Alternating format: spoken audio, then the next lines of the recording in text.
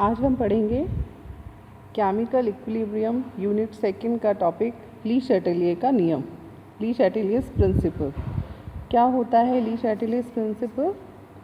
इस प्रिंसिपल के अनुसार किसी भी उत्क्रमणीय अभिक्रिया पर दाब, ताप एवं सांद्रता के प्रभाव की गुणात्मक प्रगुक्ति ली शैटेलियर का नियम कहलाता है। यह हम बहुत सरल शब्दों में इसको बता सकते हैं ली शैटेलियर प्रिंसिपल को कि किसी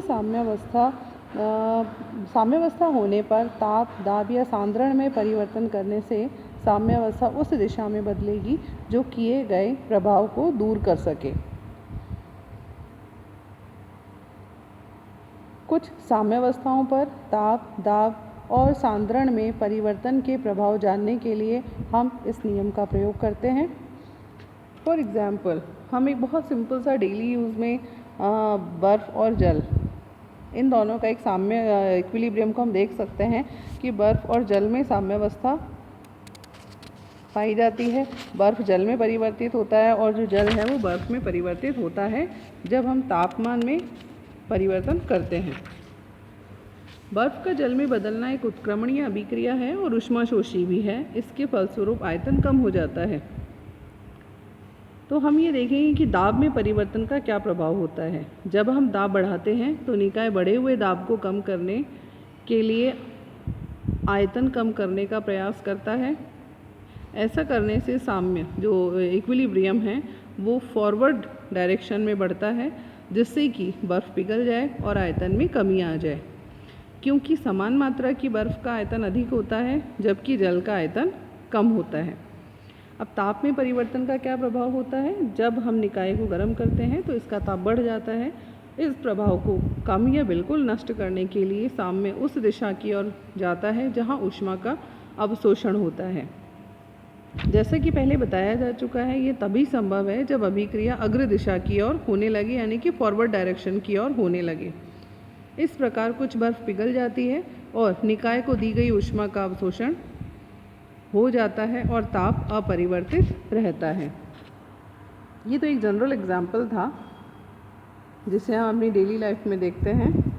इसके अलावा हम अन्य रासायनिक अभिक्रियाओं पर 1 by 1 सांद्रता के प्रभाव, तापमान के प्रभाव और दाब के प्रभाव का अध्ययन करते हैं। The effect of changes in concentration. किसी घटक की सांद्रता बढ़ने से इक्विलिब्रियम पर क्या इफेक्ट होता है, ये हम देखेंगे। किसी भी उत्क्रमणीय अभिक्रिया में साम्यावस्था पर आयतन निश्चित रखते हुए किसी भी अवयव की सांद्रता अगर हम बढ़ाते हैं तो सिस्टम उस दिशा में चलने लगता है जहाँ पर कि अवयव की बढ़ाई गई सांद्रता में कमी हो जाए, अर्थात वो उस प्रभाव को कम करने की कोशिश करता है। इस प्रकार हम एक डिसोसिएशन ऑफ अमोनिया का एग्जाम्पल लेते हैं, जिसमें कि 2 अमोनिया मॉलिक्यूल मिल करके नाइट्रोजन और हाइड्रोजन मॉलिक्यूल का निर्माण करते हैं।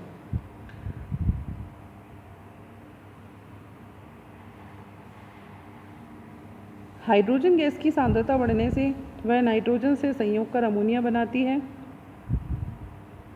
या दूसरे शब्दों में हम कहें कि मिलाई गई नाइट्रोजन हाइड्रोजन से क्रिया कर अमोनिया बनाती है। ली शैटेलियर सिद्धांत सभी घटनाओं को भली भांति समझा देता है, लेकिन फिर भी कुछ तापों पर साम्यावस्था कुछ समय तक स्थापित नहीं हो पाती है। इसका कारण यह है कि यह सिद्धांत तभी लागू होता है जब तक कि साम्यावस्था की स्थिति हमें प्राप्त नहीं हो जाती।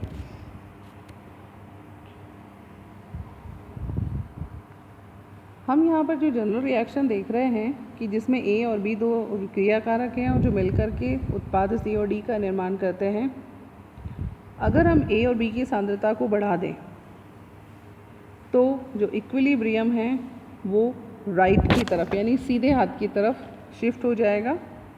और अगर हम सांद्रता C और D की बढ़ाते हैं तो जो इक्विलिब्रियम है वो लेफ़्ट साइड में शिफ्ट हो जाएगा। A और B की कंसंट्रेशन अगर हम कम कर देते हैं तो जो इक्विलिब्रियम हो लेफ़्ट में शिफ्ट होगा और इनके C और D की कंसंट्रेशन कम करने पर इक्विलिब्रियम राइट में शिफ्ट हो जाता है। तो इस प्रकार हमने देखा कि सांद्रता घटाने या बढ़ाने से इक्विलिब्रियम किस प्रकार से प्रभावित होता है। दूसरा हम देखेंगे किसी भी रासायनिक किसी भी उत्क्रमणीय अभिक्रिया की साम्यावस्था पर तापमान का क्या प्रभाव होता है। यदि साम्यावस्था में किसी निकाय का बाहर से ऊष्मा देकर हम ताप बढ़ाते हैं तो अभिक्रिया स्वतः ही उस ओर चलने लगती है जहां ऊष्मा का अवशोषण होता है। अतः इससे निष्कर्ष निकलता है कि ताप के बढ़ने से अभिक्रिया उस दिशा में चलती है जिधर ऊष्मा का अवशोषण होता है। अतः एंडोथर्मिक जो रिएक्शंस हैं ताप के बढ़ने से फॉरवर्ड दिशा में चलती हैं, जबकि एक्सोथर्मिक जो रिएक्शंस हैं वो ताप के घटने से उनमें सहयोग मिलता है। क्योंकि डिसोसिएशन की जो रिएक्शंस हैं वो सभी एंडोथर्मिक अभिक्रियाएं होती हैं, अतः ताप के बढ़ाने से वियोजन ज़्यादा होगा, जबकि एसोसिएशन जो रिएक्शंस होती हैं, संयोजन की अभिक्रिया जो अभिक्रियाएं हैं वो अधिकांशतः एक्सोथर्मिक होती हैं। इसलिए ताप के घटने से उनमें अधिक डिसोसिएशन होता है।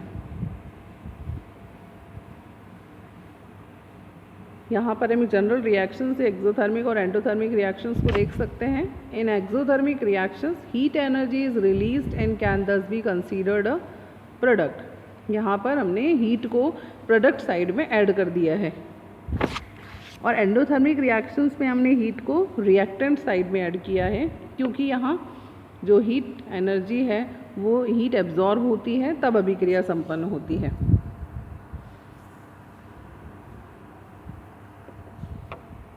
ताप के परिवर्तन के प्रभाव को हम एक उदाहरण के द्वारा देख सकते हैं।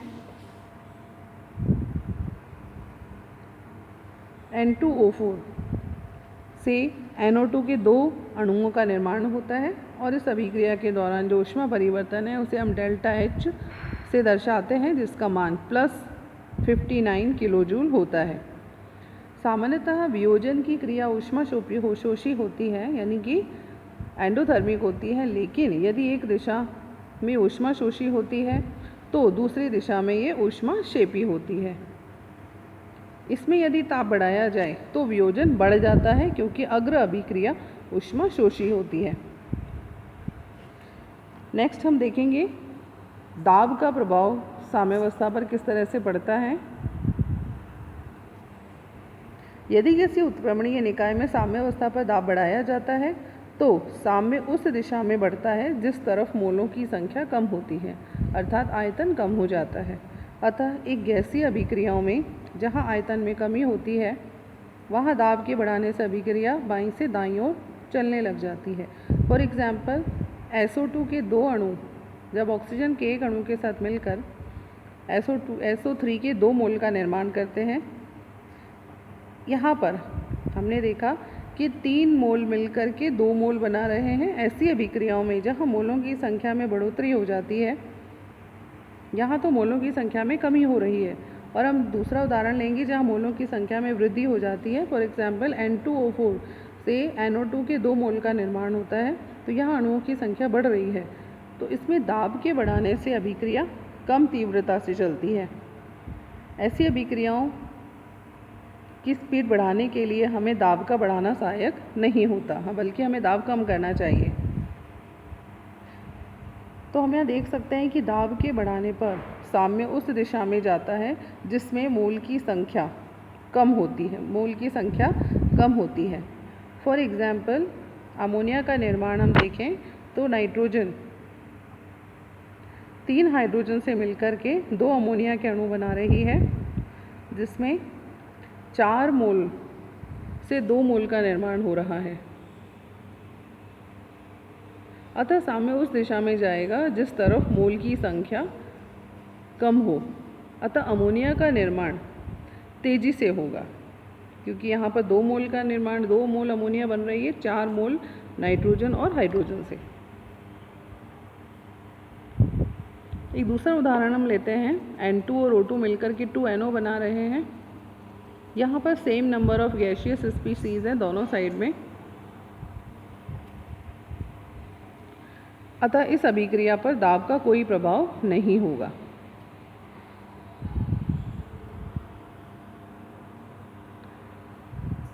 Next, effect of catalyst. किसी भी रासायनिक अभिक्रिया पर उत्प्रेरक का प्रभाव किस प्रकार से होता है। कैटलिस्ट, हमने देखा कि जनरली जो कैटलिस्ट है वो फॉरवर्ड और रिवर्स दोनों जो अभिक्रियाएं हैं उनकी दर बढ़ा देता है। जब हम कैटलिस्ट काम में लेते हैं तो इक्विलिब्रियम बहुत तेज़ी से स्थापित हो जाता है, साम्यावस्था में जल्दी प्राप्त हो जाती है, लेकिन जो इक्विलिब्रियम कॉम्पोजिशन है वो चेंज नहीं होता है, केवल दर में परिवर्तन होता है, यानी जो इक्विलिब्रियम है वो बहुत जल्दी स्थापित हो जाता है। इस प्रकार से हमने देखा कि ली शैटेली प्रिंसिपल क्या है और ताप का प्रभाव, दाब का प्रभाव और घटक की सांद्रता का प्रभाव और कैटलिस्ट का प्रभाव उस पर किस प्रकार से पड़ता है, किस प्रकार से जो साम्यावस्था है वो दाईं और बाईं ओर शिफ्ट हो जाती है।